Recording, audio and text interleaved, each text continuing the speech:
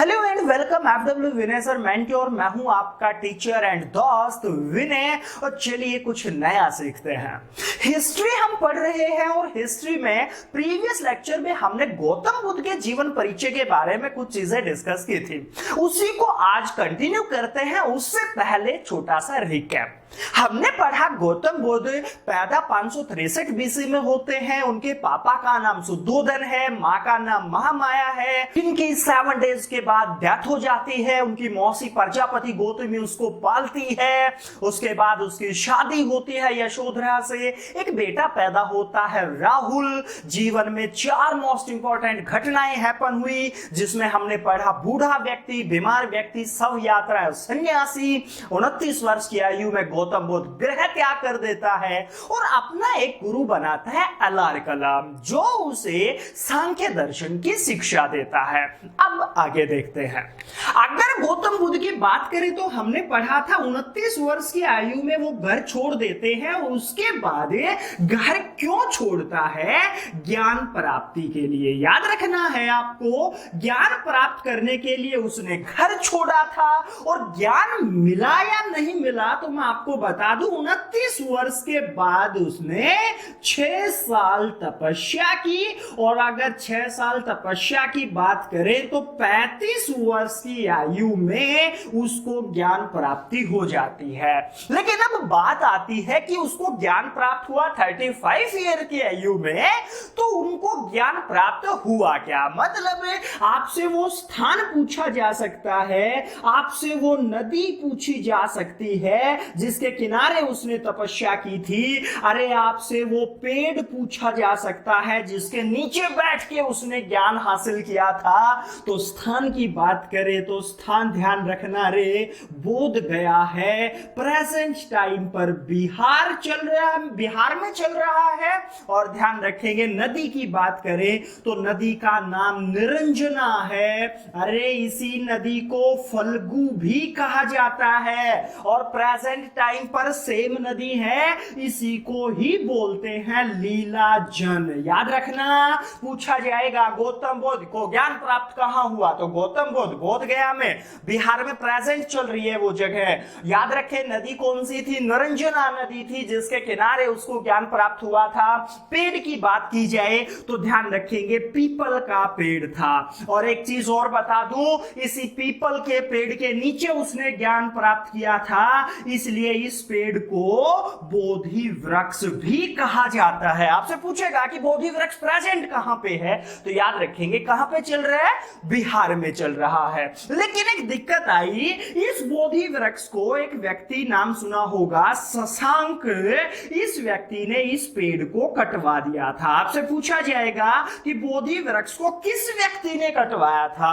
याद रखना रे, बोधि वृक्ष को शशांक ने कटवा दिया था। लेकिन प्रेजेंट टाइम पर भी वो वृक्ष है, तो पूछा जा सकता है वर्तमान में बोधि वृक्ष जो चल रहा है वो कहां से आया? तो मैं आपको बता दूं स्टूडेंट्स कि वो 5वीं पीढ़ी का वृक्ष चल रहा है। मतलब 5 बार वो खत्म हो चुका है, प्रेजेंट 5वीं पीढ़ी का वृक्ष है। और किसने स्टार्टिंग में किसने कटवाया था, ये बहुत आता है एग्जाम में, तो याद रखेंगे शशांक ने। लेकिन अब एक छोटी सी और प्रॉब्लम आपको फेस करनी पड़ सकती है। कई बार एग्जामिनर बहुत स्मार्ट है, वो जैसे मैं आपको एक एग्जांपल दे रहा हूं एचएसएससी का। पीछे एचएसएससी का एक पेपर हुआ और उसमें क्वेश्चन पूछा गया कि हरियाणा का राजकीय वृक्ष कौन सा है। हम सब जानते हैं कि हरियाणा का राजकीय वृक्ष पीपल है। और पीपल हम सब जानते हैं, इसलिए वो ऑप्शन में आपको कभी नहीं मिलता। क्यों? क्योंकि ध्यान रखें, पीपल जो है वो तो आपने नाम बहुत सुना है। एग्जामिनर क्या करता है, इस पीपल का और बोटेनिकल नेम आपसे पूछता है। जैसे मैं यहां पे बात करूं तो एक वर्ड सुना होगा फिकस रेलिगोशिया। ध्यान रखेंगे, दिस फिकस रेलिगोशिया जो है वो बोटेनिकल नेम है किसका? पीपल का। और आज के लिए मैं आपको फिर होमवर्क में भेज रहा हूं, आपको थोड़ा सा होमवर्क करना है। मैं कुछ वर्ड लिख रहा हूं, आपने खुद सर्च करना है कि वो किस किस के बोटेनिकल नेम है। जैसे एक वर्ड बात करें तो मैं लिख देता हूं दिस नेलम्बो न्यूसीफेरा। देश, ये आपको याद रखना है रे। नेलम्बो न्यूसीफेरा किसका बोटेनिकल नेम है? आप गूगल गुरु से सर्च करिएगा, याद जरूर रखना रे। बात कर रहे हैं पैंथरा टाइग्रिस, ध्यान रखेंगे। और दिस पैंथर टाइग्रिस पूछा जा सकता है आपसे, पैंथर टाइग्रिस। बात कर रहे हैं एक और है दिस पैंथर लियो, पूछा जा सकता है आपसे। फिकस रेलिगोशिया हो गया पीपल का, ये मैंने लिखवा दिया, बाकी के सर्च करने हैं आपको। फिकस बेंगालेसिस, दिस फिकस बेंगालेसिस पूछा जा सकता है आपसे। नेक्स्ट अगर मैं यहां पे बात करूं तो आपको एक और याद रखना है, पावोक्रिस्टेटस, पावोक्रिस्टेटस पूछा जा सकता है, तो ध्यान रखेंगे दिस पावोक्रिस्टेटस। तो ये ध्यान रखना, आपके कुछ बोटेनिकल नेम है, आपके लिए होमवर्क है, ये आपको खुद सर्च करने हैं कि इनके आंसर क्या है, क्योंकि रे एग्जाम में है ना ये चीजें रिपीट होती रहती हैं। जैसे नेलम्बो न्यूसीफेरा हो गया, पैंथरा टाइग्रिस, पैंथर लियो हो गया, फिकस रेलिगोशिया है, फिकस बेंगालेसिस है, और बात कर रहे हैं पावोक्रिस्टेटस। तो ये आपने खुद ढूंढने हैं। बात करते हैं वापस टॉपिक से। तो टॉपिक में क्या था?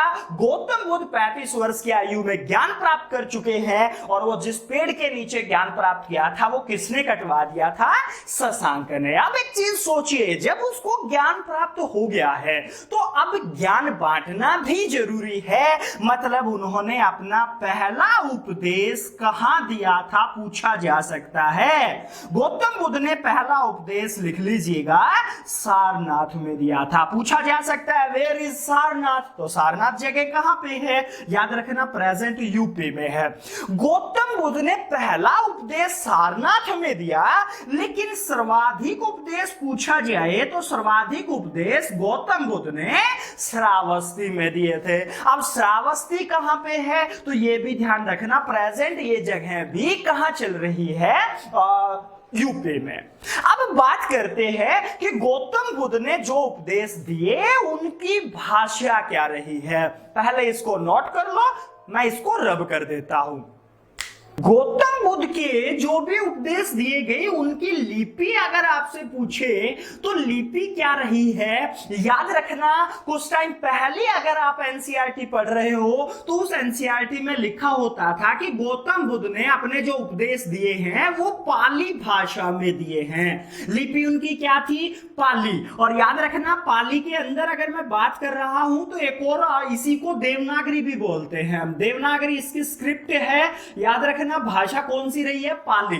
तो ये हमें बहुत पहले अगर एनसीईआरटी में बात करें तो उसमें पढ़ने को मिलता था, लेकिन प्रेजेंट जो न्यू एनसीईआरटी आपकी प्रेजेंट प्रकाशित हुई है, मैं आपको बता दूं वो इसमें पाली नहीं बता रहा है कि गौतम बुद्ध ने जो भी आपने उपदेश दिए थे वो किस भाषा में दिए थे।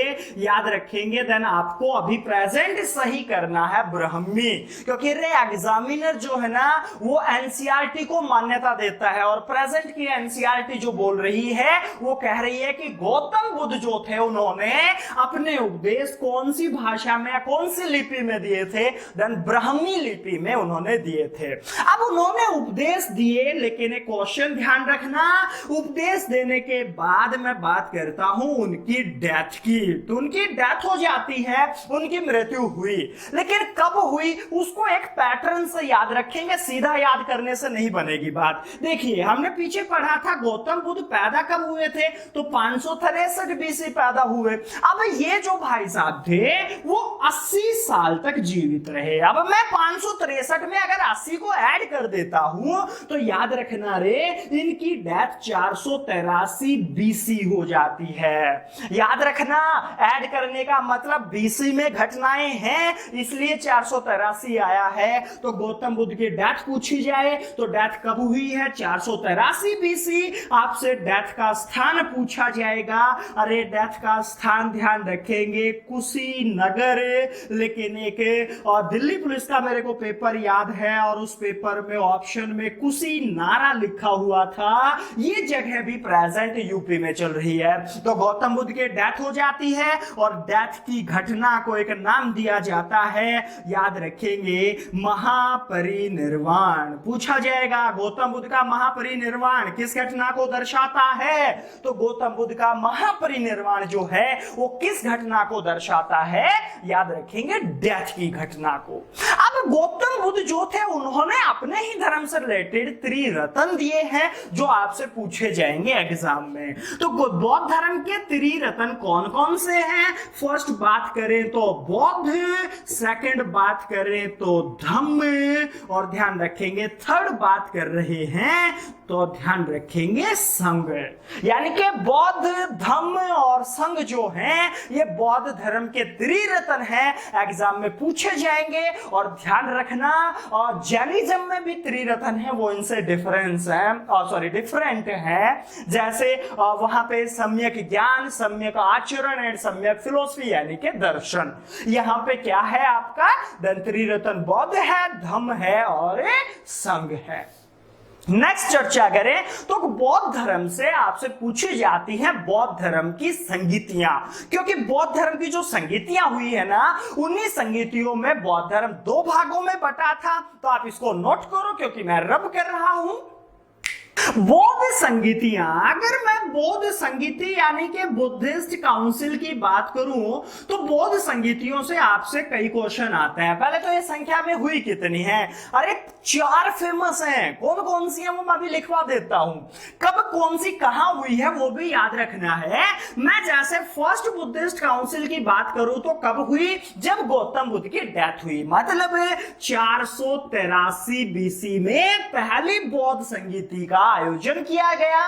कहां पे आयोजन हुआ है? याद रखेंगे पहली बौद्ध संगीति राजगृह में हुई थी। सेकंड आपसे क्वेश्चन पूछा जाए कि उसके अध्यक्ष कौन था, यानी कि एक राजा भी पूछा जा सकता है। तो पहले मैं शासक बता दूं, अजात शत्रु, ध्यान रखेंगे शासक था, और महाकश्यप जो थे वो अध्यक्ष रहे हैं। याद रखेंगे। इसका मतलब क्या हो गया? पहली बौद्ध संगीति 483 बीसी राजगृह में अजात शत्रु के शासन के काल में या अजात शत्रु के शासन में महाकश्यप की अध्यक्षता में संपन्न हुई। लेकिन यहां पर इसका परिणाम क्या हुआ? 2 किताबों की रचना होती है, और वो 2 किताबें कौन कौन सी? पहली किताब ध्यान रखेंगे सूत पिटक, और नेक्स्ट बात करें तो एक सेकंड किताब आपके पास है जिसका नाम है विनय पिटक। याद रखना ये 2 किताबों की रचना पहली बौद्ध संगीति के दौरान हुई थी, और वो पहली बौद्ध संगीति कब हुई? 483 में। आपसे क्वेश्चन पूछा जाता रहेगा कैसे कि पहली बौद्ध संगीति कब हुई? तो 483। कहां हुई? राजगृह, देन शासक, आईडीए कौन था? अध्यक्ष, और बाद में परिणाम। तो मैं यहां पे बात करूं सेकंड बुद्धिस्ट काउंसिल की तो इसके 100 साल बाद हुई है। याद रखेंगे द सेकंड 100 साल बाद होगी। घटना बीसी में है तो 383 बीसी में होगी। कहां पे होगी? याद रखना वैशाली में होगी। बात करें शासक कौन रहेगा तो याद रखना कालाशोक शासक रहेगा। अध्यक्षता किसने की? याद रखेंगे सब्बा कामी ने। मैं परिणाम की बात करूं तो ऐसा कोई परिणाम नहीं रहा, परिणाम में नेगलेक्ट कर देंगे। थर्ड बुद्धिस्ट काउंसिल कब होगी? तो लिख लीजिएगा थर्ड बुद्धिस्ट काउंसिल 251 बीसी में होगी। कई जगह एग्जामिनर इसको कई बार 255 भी लिख देता है, तो घबराना नहीं है रे, क्योंकि ये 10-10 साल चली है तो टाइम थोड़ा बहुत ऊपर नीचे हो सकता है। जैसे हरियाणा एक एसआई का एग्जाम था और उसमें 483 की बजाय उसने लिखा 487 बीसी पहली बौद्ध संगीति, तो घबराना नहीं है, उसमें 2-4 साल ऊपर नीचे हो सकता है। तो थर्ड बुद्धिस्ट काउंसिल 251 या 255 बीसी में हुई है। कहां पे होगी? तो याद रखेंगे देश पाटलिपुत्र में। कहां पे हुई? पाटलिपुत्र में हुई। शासक कौन था? तो याद रखेंगे देश अशोक, जिसको महान बोला जाता है। बात करें अध्यक्ष की तो अध्यक्ष याद रखेंगे मोगलीपुत तिसस। याद रखिएगा मोगलीपुत तिस कह सकते हो या तिसस कह सकते हो। परिणाम में बात करें तो एक किताब की रचना हो गई जिसे बोला जाता है अभिधम पिटक, यानी कि बौद्ध धर्म की त्रिपिटक जो किताबें हैं उनकी रचना थर्ड बुद्धिस्ट काउंसिल तक हो चुकी थी। फर्स्ट सूत पिटक, सेकंड बात करें तो विनय पिटक, और थर्ड बात करें तो अभिधम पिटक। बात करते हैं फोर्थ बुद्धिस्ट काउंसिल की। तो फोर्थ बुद्धिस्ट यानी लास्ट बुद्धिस्ट काउंसिल कब होगी, याद रखना 72 एडी में। और एक और ध्यान रखना, एग्जामिनर इसको कई बार पहली शताब्दी लिख देता है, तो 72 एडी फर्स्ट सेंचुरी ही तो है, याद रखेंगे। कहां पे हुई, कुंडलवन में। जगह याद रखना, this Kundalvan, where is Kundalvan, Kundalvan Kashmir में जगह है, याद रखेंगे। और राजा कौन थे, तो देन कनिष्क राजा रहे हैं। और अध्यक्षता किसने की, वसुमित्र ने। और एक चीज मैं आपको और बता दूं, एग्जामिनर अगर वसुमित्र ऑप्शन में नहीं डालता है तो आपको असव घोष लिख के देगा, घबराना नहीं रे, दोनों सही हैं। वसुमित्र का असिस्टेंट मानते थे असव घोष को। तो याद रखेंगे 4 बुद्धिस्ट काउंसिल मोस्ट फेमस जो आपसे पूछी जा सकती हैं। और फोर्थ बुद्धिस्ट काउंसिल का परिणाम क्या हुआ, बौद्ध धर्म 2 भागों में बट जाता है, जो मैं अभी नेक्स्ट करवाऊंगा। लेकिन उससे पहले मैं आपको एक चीज बता दूं, ये स्थान जो है ना बुद्धिस्ट काउंसिल के, अरे ये बहुत फेमस है। एग्जाम में मोस्टली स्थान पूछता है कि फर्स्ट कहां हुई, सेकंड कहां हुई, थर्ड कहां हुई। तो मैं आपको बताता चलूं कि अगर स्थान सीधे याद हो जाते हैं तो बेस्ट है, सीधे याद नहीं होते तो एक छोटी सी ट्रिक याद कर लेना। आपने एक राजनेता का नाम सुना होगा, रामविलास पासवान। उस व्यक्ति का पूरा नाम है रामविलास पासवान कुमार। और याद रखना, हमें चारों बुद्धिस्ट काउंसिल उस व्यक्ति के नाम से याद हो जाएंगी। Ramvilas, Ram stand for Rajgriha, Vilas stand for Vaishali, Paswan से पाटलिपुत्र और कुमार से कुंडलवन कश्मीर। एक छोटे सा पॉकेट वॉकेट हो गया आपके लिए, एक ट्रिक हो गई है छोटी सी, आप याद रख सकते हो रामविलास पासवान कुमार से। नोट करें, मैं साफ कर देता हूं। अभी पढ़ा फोर्थ बुद्धिस्ट काउंसिल के दौरान बौद्ध धर्म जो हमारा रहा है वो 2 भागों में बट जाता है। यानी कि फोर्थ बुद्धिस्ट काउंसिल का परिणाम ही क्या रहा, बौद्ध धर्म 2 भागों में बटा। फर्स्ट याद रखेंगे दिस हीनयान, और सेकंड बात करें तो महायान।